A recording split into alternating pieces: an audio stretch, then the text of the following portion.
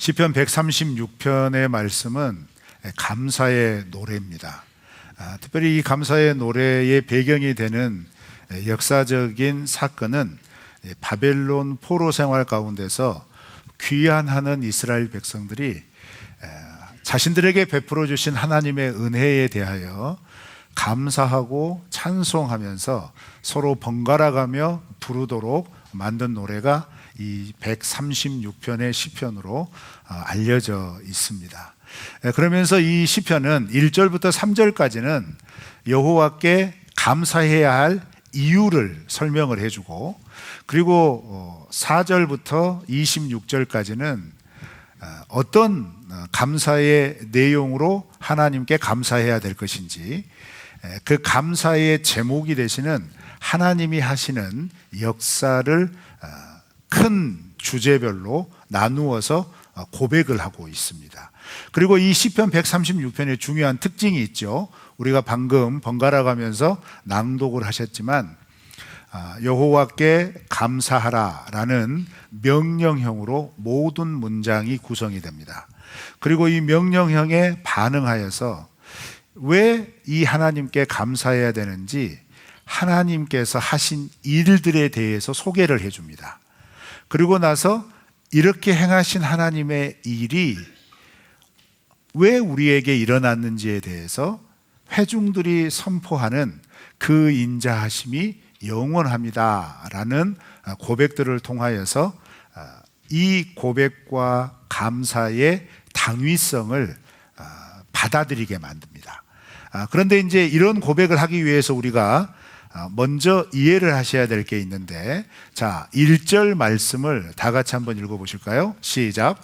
여호와께 감사하라. 그는 선하시며 그 인자하심이 영원합니다. 네, 여호와께 감사해야 할 제목에 대하여, 이유에 대하여서 두 가지 이유를 우리에게 알려줍니다. 왜 우리가 감사해야 되는가?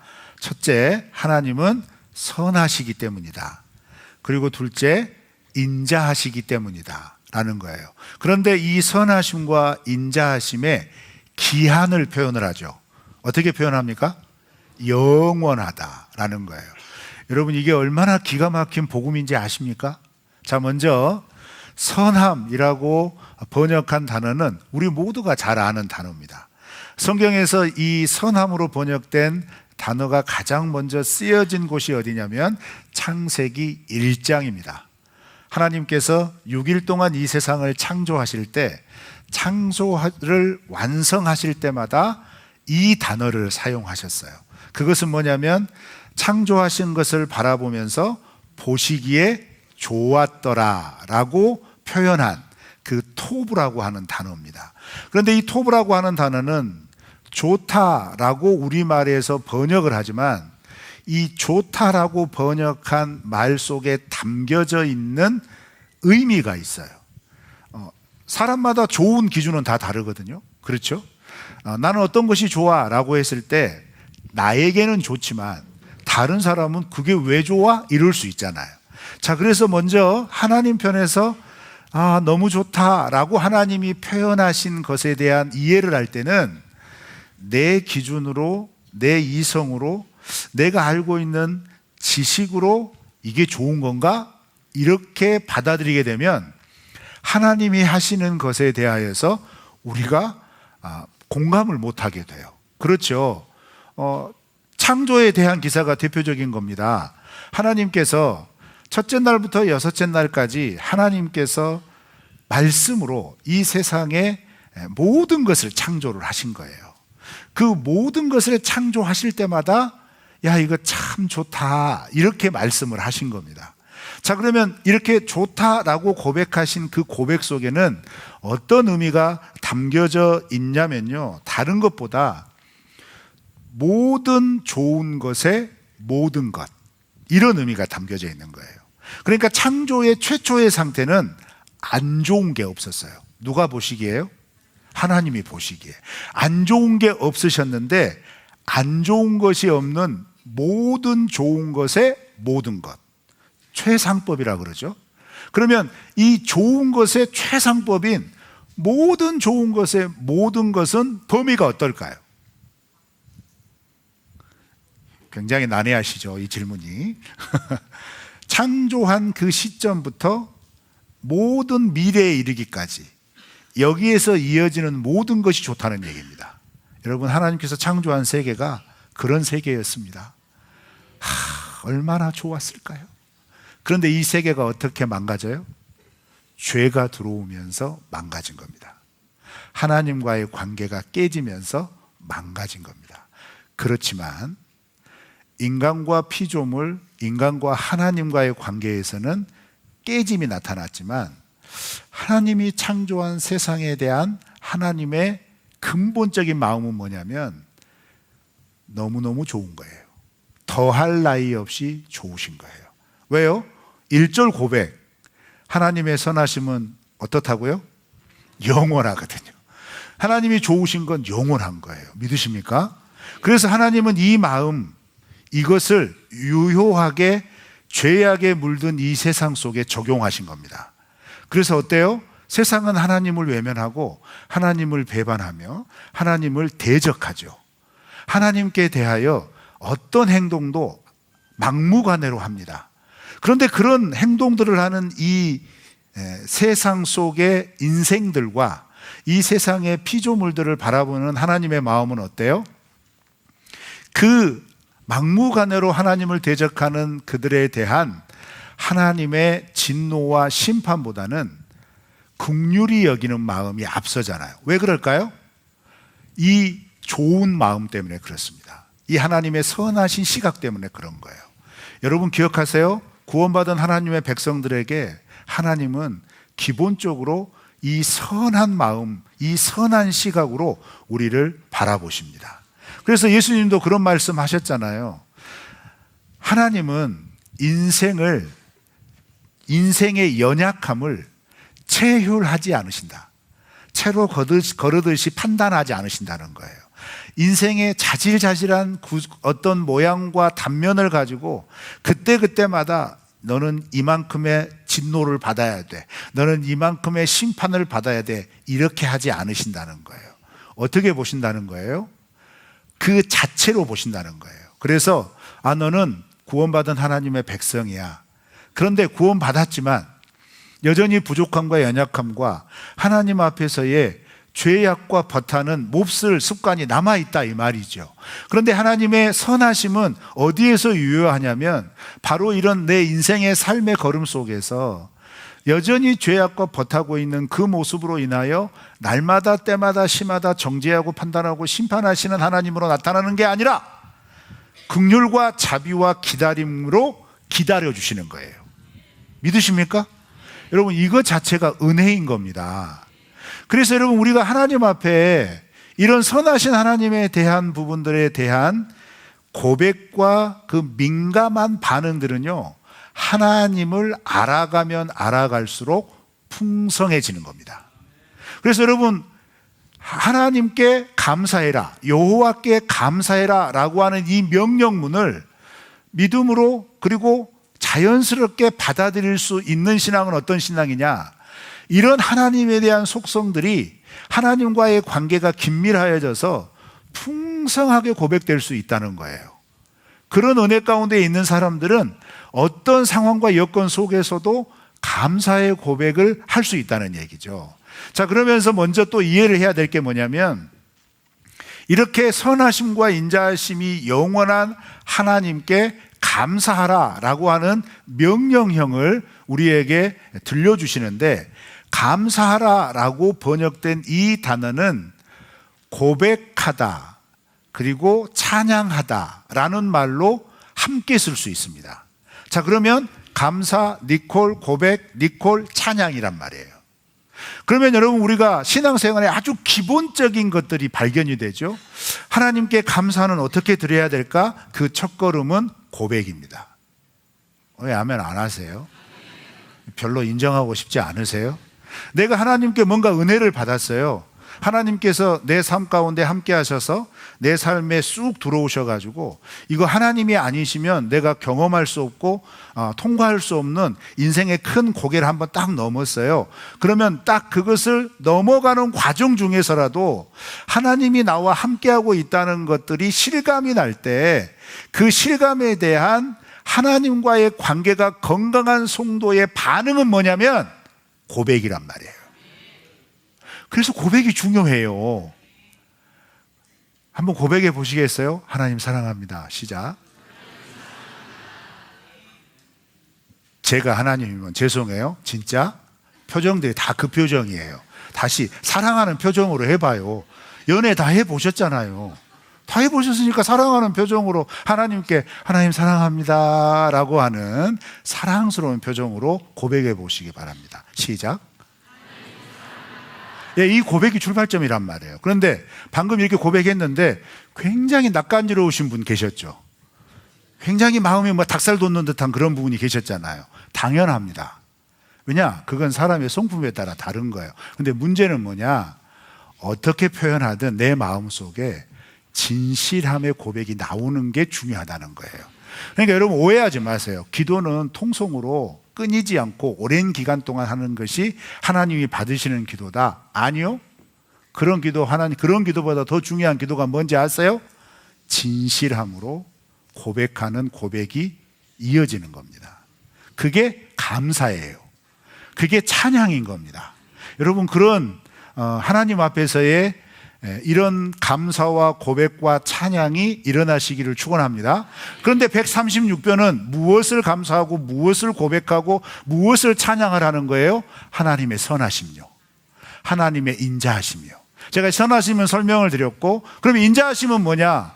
또 익숙한 단어예요. 이 인자하심이라고 하는 단어는 헤세드라고 하는 단어입니다. 신앙생활 오래 하신 분들은 많이 들으셨어요. 그런데 이게 뭔 뜻이냐? 약속에 근거한 사랑이라는 거예요. 여러분 우리는 흔히 어떤 사랑해요? 마음에 근거한 사랑이에요. 감정에 근거한 사랑하잖아요. 인간의 사랑은 그렇습니다. 조건에 근거한 사랑한단 말이에요. 그런데 하나님은 무엇에 근거한 사랑을 하시냐면 약속, 언약에 근거한 사랑을 하셔요. 그러면 이 언약, 약속에 따른 사랑은 어떤 사랑이냐라는 거예요. 자, 그래서 선하심과 인자하신 하나님에 대한 감사의 고백, 그 감사의 고백을 오늘 본문 말씀은 4절부터 9절까지는 선하신 창조주 하나님에 대한 고백, 즉 창조하신 하나님께 감사하는 고백으로 이루어져 있고, 10절부터 26절 말씀은 인자하신 하나님이 행하신 역사들에 대한 고백을 하는 거예요. 그래서 오늘 말씀을 구분해 보면 10절부터 16절은 출애굽해 주신 하나님께 대한 고백이에요. 그리고 17절부터 22절은 출애굽해서 광야를 책임져 주시고 가나안 땅에 이르기까지 이끌어 주신 하나님에 대한 감사 고백이에요. 그리고 23절부터 26절까지는 창조나 출애굽이나 광야, 가나안 땅 입성, 이것처럼 정확한 어떤 내용이 고백이 안 되어 있고 두루뭉실하게 되어 있는데, 어떻게 되어 있냐면, 자 먼저 읽어볼까요? 23절, 24절입니다. 우리 다 같이 한번 읽어볼까요? 시작. 우리를 비천한 가운데에서도 기억해 주신 이에게 감사하라. 그 인자하심이 영원하미로다. 우리를 우리의 대적에게서 건지신 이에게 감사하라. 그 인자하심이 영원하미로다. 비천한 가운데서 건져주셨대요. 그러면 구약 성경의 역사를 살펴보면 이스라엘 백성들이 비천한 상태에 떨어졌던 상황들이 몇 번 있었어요.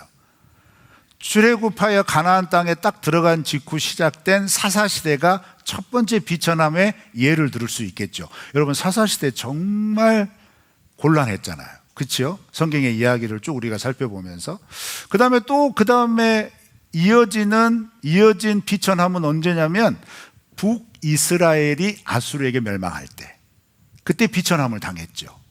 그 다음에 또 비천함은 언제겠어요? 남유다가 바벨론이라고 하는 나라에 멸망되어져서 바벨론의 포로로 끌려가요. 노예로 끌려갑니다. 노예로. 그 노예 생활이 몇 년이었습니까? 70년이죠. 그 70년의 생활 가운데 있는 우리를 기억해 주셨다 이 말이에요. 사사시대 때 기억해 주셨다. 북이스라엘이 멸망할 때 기억해 주셨다. 바벨론 포로 생활 가운데 있었던 우리를 기억해 주셨다. 이렇게 막 적용할 수 있겠지만 제가 말씀을 시작하면서 이 시의 배경을 간단하게 언급했잖아요. 가장 비천한 상태가 언제였어요? 포로 생활 때였어요. 사사시대 가나안 땅에서 일어난 일입니다. 땅은 뺏기지 않았잖아요. 그죠? 북이스라엘 멸망했지만 남유다는 여전히 남아 있습니다. 완전히 멸망한 게 아니거든요. 그런데 남유다는 어때요? 완전히 멸망한 겁니다. 그리고 끌려간 겁니다. 땅 뺏기고 모든 것을 잃고 어떤 주권도 행사할 수 없는 포로의 상태로 70년 동안 바벨론에 머무르게 된 거예요. 이 가장 비천한 상태 가운데서 하나님 어떻게 하셨다고요? 기억하셨다는 거예요. 왜 기억하셨을까요? 23절 얘기하잖아요. 인자하심 때문에. 인자하심의 영원함 때문에. 그리고 24절은 또 뭐라고 표현을 해요? 어떤 상태에서 우리를 구해주셨다고요? 대적 가운데서 구해주셨다. 뭐 이루 말할 수 없는, 감히 넘볼 수 없는, 원수라고 생각하지만 힘을 행사할 수 없는 그런 상태에서 눌려 생활하다가 하나님께서 그 포로 가운데서 대적이 먼저 가라고 그랬잖아요. 메데바사의 초대 왕이었던 고레스 왕이 바벨론을 무너뜨리자마자 노예로 끌려와 있던 각 민족 다 자기 땅으로 돌아가라 명령 내리잖아요. 이스라엘 백성들이 그 명령 받잖아요. 자기들이 투쟁하고 쟁취한 것이 아닙니다. 독립운동한 거 아닙니다. 그런데 이 일이 일어나 버린 거예요. 왜 일어난 거예요? 인자하심 때문에. 그러면 이 인자하심의 내용이 우리에게 굉장히 중요한 겁니다. 이 인자하심의 핵심은 다른 게 아니에요. 하나님의 언약을 하나님이 끝까지 지키신다는 거예요. 끝까지 지키시면서 우리에게 베풀어 주시는 인애라는 겁니다. 자비라는 겁니다. 자, 그러면 이 약속은 어디서부터 성경에서 시작이 됩니까? 창세기 12장 아브라함에서부터 시작이 됩니다.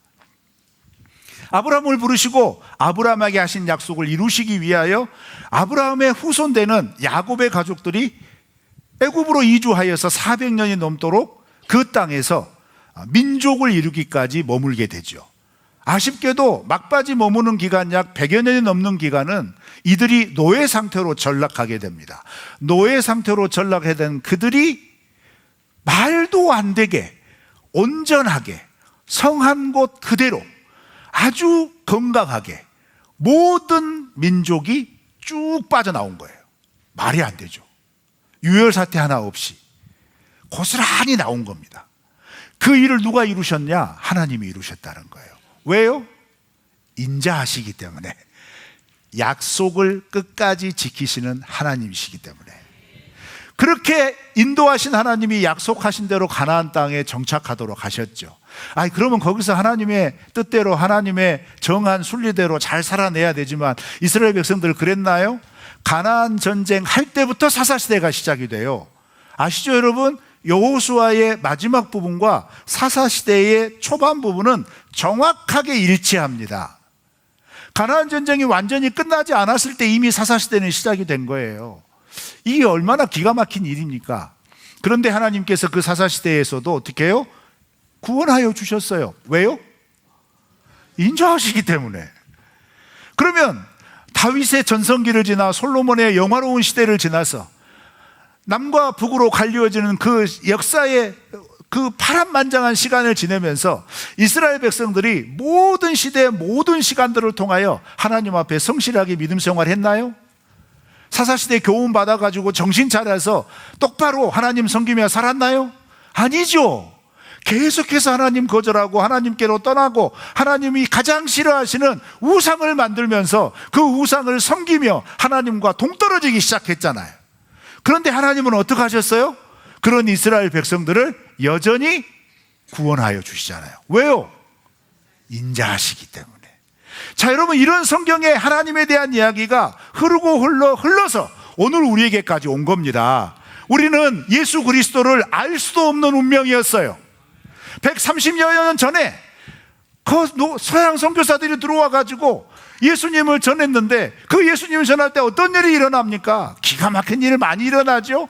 그런데 그렇게 완강하게 거부하는 이 나라, 이 민족에게 복음이 들어온 이후로, 복음이 들어와 그 복음을 받아들인 하나님의 자녀가 된 백성들을 향하여 하나님은 어떤 상황과 여건 속에서도 그렇게 주 예수 그리스도를 믿어 하나님의 자녀가 된 그들의 삶을 어떻게 하십니까?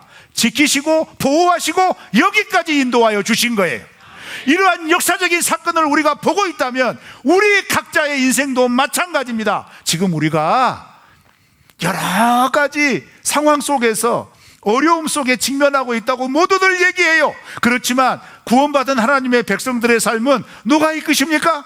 살아계신 하나님이 이끄십니다. 왜요? 인자하시기 때문에. 이 노래하고 있는 겁니다. 136편이요. 자, 그러면 이 136편은 바벨론 포로에서 돌아온 그 감격스러운 그 상황 속에서 그 하나님을 찬송하는 이스라엘 백성들의 포로 귀환하는 그 사람들 속에서만 불려지는 노래가 아니라 오늘날 우리의 삶 속에서도 여전히 그 하나님을 찬송하고 그 하나님을 고백하고 그 하나님 앞에 감사하는 고백들이 이어져야 될 줄 믿습니다. 그렇게 이어지는 삶 속에 우리에게 베푸시는 은혜가 뭐겠냐 이 말이에요. 여러분, 우리가 착각하는 게 있어요. 감사하면 어떤 부흥사 목사님이 이렇게 얘기해요. 하루에 10번만 감사해봐라. 그러면 감사하면 감사하게 된다. 그렇습니까? 그러나요? 물론 습관을 따라 그렇게 하면 감사가 입에 옮겠죠. 입에 익숙해지겠죠. 그래서 습관적으로 감사해. 그런데 아세요 여러분? 감사하지 말아야 할 말에도 감사한다는 반응을 하면 어떻게 되죠? 이 무슨 말이냐면, 이 감사라는 명령은요, 분명히 하나님이 행하시는 일을 알고 반응하라는 얘기예요. 듣고 반응하고 공감하며 반응하라는 얘기예요. 자, 그러면 이렇게 반응과 공감이 오는 통로가 뭐겠냐 이 말이에요. 통로가 뭐겠냐? 그게 23절에 나와 있는 말씀에 있어요. 23절에 뭐라고 표현하냐면, 우리를 비천한 가운데 있는 우리를 어떻게 하셨다고요? 기억하셨다. 하나님이 기억하셔서. 그럼 여기서 기억은 어떤 기억일까요? 착각하지 마세요. 여러분을 사랑하시니까 여러분을 기억하시다, 그 말 아닙니다. 무엇을 기억했을까요? 언약을 기억했다는 거예요. 하나님의 백성으로 하나님의 백성답게 책임져 주겠다는 하나님으로서의 약속을 기억하셨다는 거예요. 그러니 그 비천한 상황 가운데서도 하나님의 백성으로 회복시켜 주시기 위하여 시간은 흐르고 있지만, 그 비천함 가운데 거하고 있지만 하나님은 보이지 않는 곳에서 이 비천함 가운데서 구원하여 주는 역사를 예비하고 계신다는 거예요. 그런데 그 예비하심이 실제로 나타났다는 겁니다. 말도 안 되는 얘기죠. 출애굽에 의해서 이어서 바벨론 포로 귀환은 이스라엘 백성들이 털끝 하나 다치지 않고 고스란히 다시 하나님께서 약속한 땅으로 돌아오게 된 정말 놀라운 일이에요. 어떤 투쟁도 없었습니다. 어떤 시도도 없었습니다. 하나님이 하시는 대로 이끌림을 받고 나아가다 보니 그 날을 경험하게 된 겁니다. 그리고 그 순간을 경험하다 보니까 깨닫게 된 거예요. 어떻게 우리가 이런 은혜를 받을 수 있을까? 어떻게 우리가 이런 상황 가운데 처할 수 있게 되었을까? 우리가 이런 감격 누려도 되는 건가? 우리가 이런 은혜 속에 있어도 되는 건가? 생각해보니 하나님 앞에서, 여러분 그렇잖아요. 우리가 하나님 앞에 나와 우리의 인생을 되돌아볼 때 모두가 다 그런 건 아니겠지만 대부분은 어떤 감정을 가져요? 하나님 앞에서 잘한 것보다는 잘못한 게 늘 생각나잖아요. 인생의 고난이 엄습하고 뒤집혀 왔을 때도 내가 뭐 하나님께 잘못한 거 없나? 그것부터 생각이 나잖아요. 그렇죠? 우리는 그렇게 늘 하나님 앞에서 죄악 가운데 있고 죄와 버타며 그 죄악된 수산으로 살아가는 삶을 당연하게 여겼다 이 말이에요. 그럼에도 불구하고 하나님께서는 성경에 약속한 그 약속을 우리에게 이루어 주시기 위하여 누구든지 주 예수 그리스도를 믿는 모든 자들에게 하나님의 자녀가 되는 권세를 주셨다고 그랬어요. 그런데 그 권세가 뭐겠냐 이 말이에요. 하나님의 자녀라는 권세가 뭐겠냐 이 말이에요. 하나님의 이 언약에 충실한 약속 사랑을 누릴 수 있는 권세란 말이에요. 이 인자하심을 누릴 수 있는 권세란 말이에요. 자, 여러분, 이 말씀이 깨우쳐지면 지금 우리의 일상에서 나를 중심으로 일어나는 모든 일들이 막히고 무너지고 파괴되고 계속 꼬이고 얽히고 섞여서 내 마음이 무너지는 일상을 통과하고 있더라도 그런 일상에 있는 나를 누구는 끝까지 붙잡으신다는 거예요?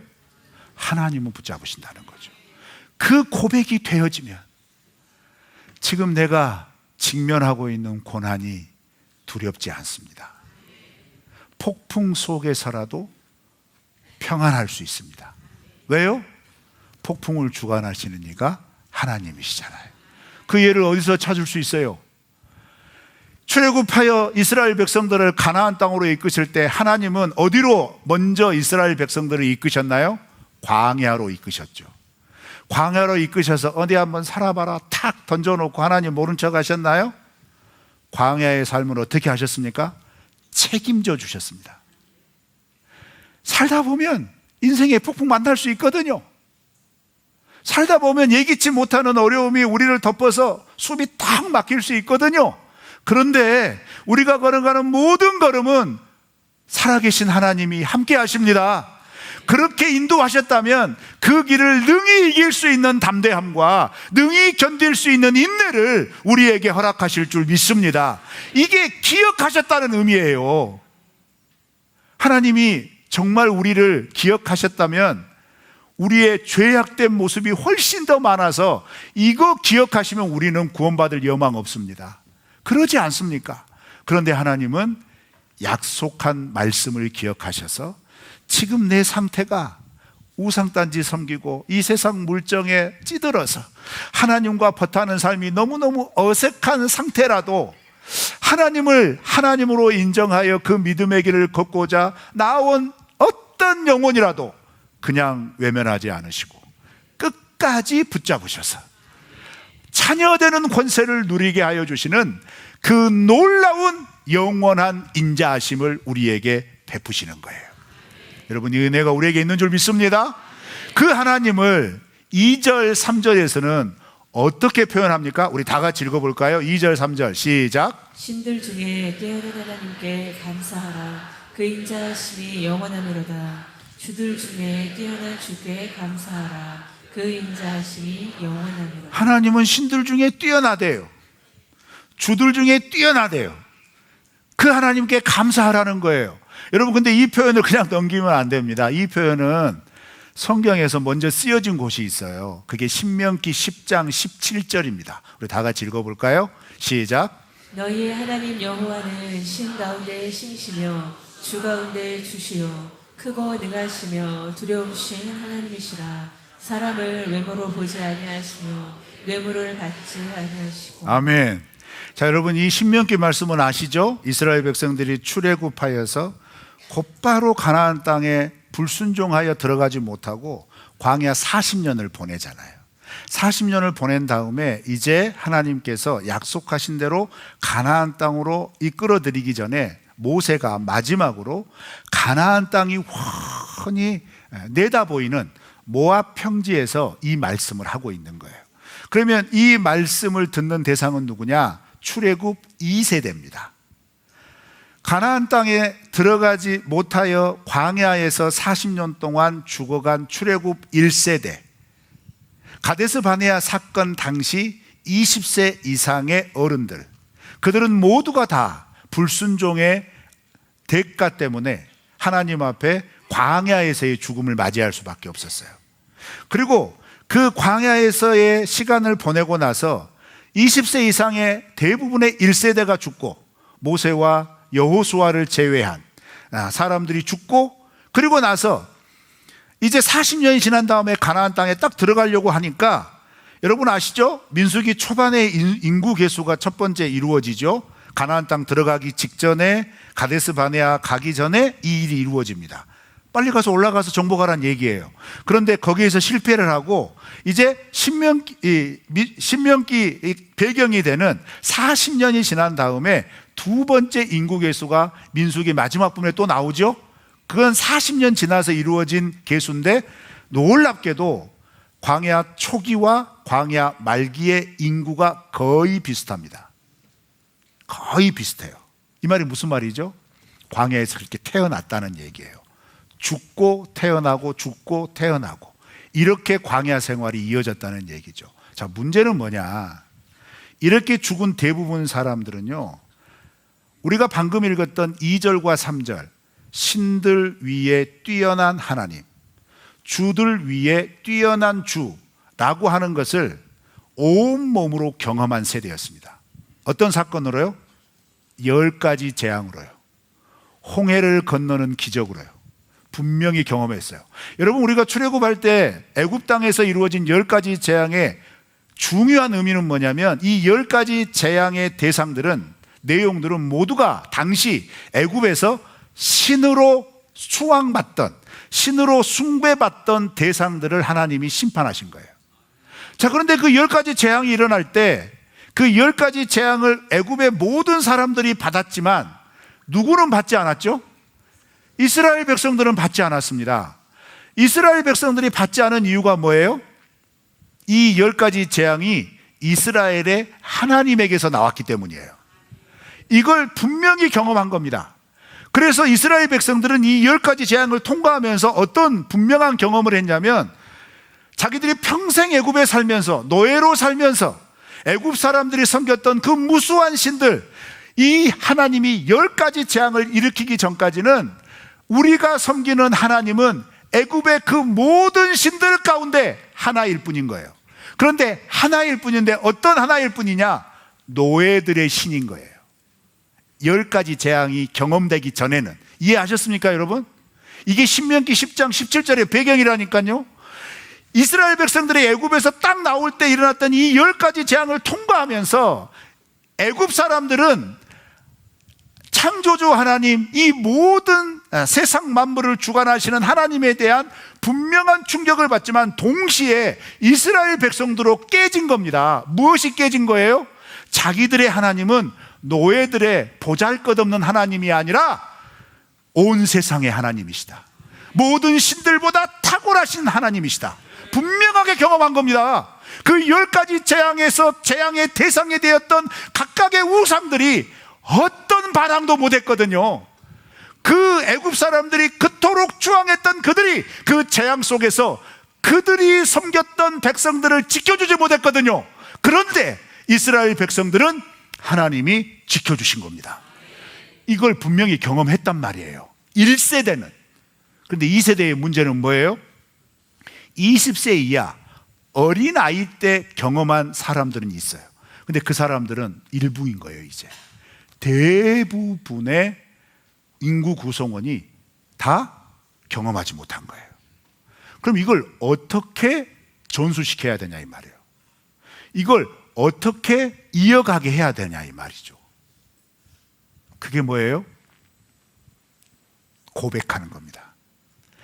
감사해라, 고백해라, 찬양하라. 이 말은 뭐냐면요, 하나님의 놀라운 역사와 이적을 경험한 그 경험의 1세대가 나의 하나님, 우리의 하나님은 이런 하나님이야 라고 고백하는 것들이, 그 고백을 듣고 받아들인 2세대, 3세대의 자녀들의 마음속에 계신 성령 하나님께서, 여러분 좀 어려운 말인데 이해하세요? 그 1세대의 경험을 말로만 들어도 동기화를 시켜주세요. 이게 성령의 역사인 거예요. 그런데 동기화를 시켜주는 가장 중요한 목적이 뭔지 압니까? 우리의 부모님 세대, 우리의 신앙의 세대가 이렇게 하나님의 놀라운 역사를 통하여 우리에게 이렇게 은혜를 베푸셨다면, 지금 내가 살고 있는 나의 삶 속에서도 그 놀라운 구원의 하나님이 나의 구원의 하나님이 될 것이다.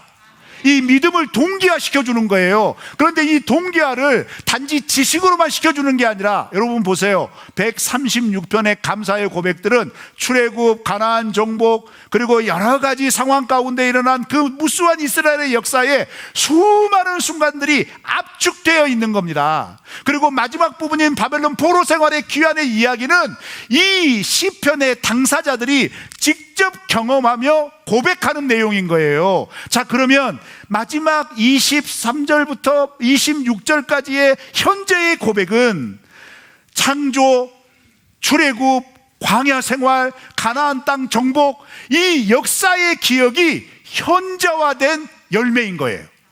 믿으십니까? 자, 그럼 이런 원리는 우리에게 어떠한 은혜를 베풀어 주는 거죠? 성경에 기록된 역사적인 사실로서 우리에게 보여주신 하나님의 이 놀라운 구원의 역사는 책 속에, 그때 당시 시대 속에 갇혀버린 이야기가 아니라 오늘 우리의 인생에서도 출애굽처럼, 오늘 우리의 인생에서도 가나안 정복처럼, 우리의 인생에서도 그 땅을 차지한 그 이야기를 이끌어주신 그 하나님의 전능하시고 놀라우신 손길이 우리를 향하여서도 여전히 역사하시고 우리 주님 이 땅에 다시 오실 때까지 나의 삶 속에서도 이루어질 것이라는 분명한 동기화를 성령의 은혜와 능력을 통해 우리 가운데 일어나게 하신단 말이에요. 그래서 신앙은 전승되는 겁니다. 계승되는 겁니다. 그런데 이 계승이 어떻게 일어나느냐? 고백이란 말이에요. 감사의 찬양이란 말이에요. 사랑하는 성도 여러분, 이번 한 주간, 아니 우리가 살아가는 모든 시간 동안 우리 이렇게 믿음의 걸음 걸어보시지 않으시겠어요? 과거의 기억이 현재의 삶이 되도록 이끌어주시는 하나님의 놀라운 은혜가 이러한 고백과 반응들을 통하여 우리 가운데 일어나게 하여 주실 줄 믿습니다. 하나님은 인자하시기 때문에 그렇습니다. 이 인자하신 은혜로 이번 한 주간도 우리가 살아가는 걸음걸음 속에서 하나님을 감사하고 하나님을 찬양하는 복된 삶이 되시기를 주의 이름으로 축원합니다.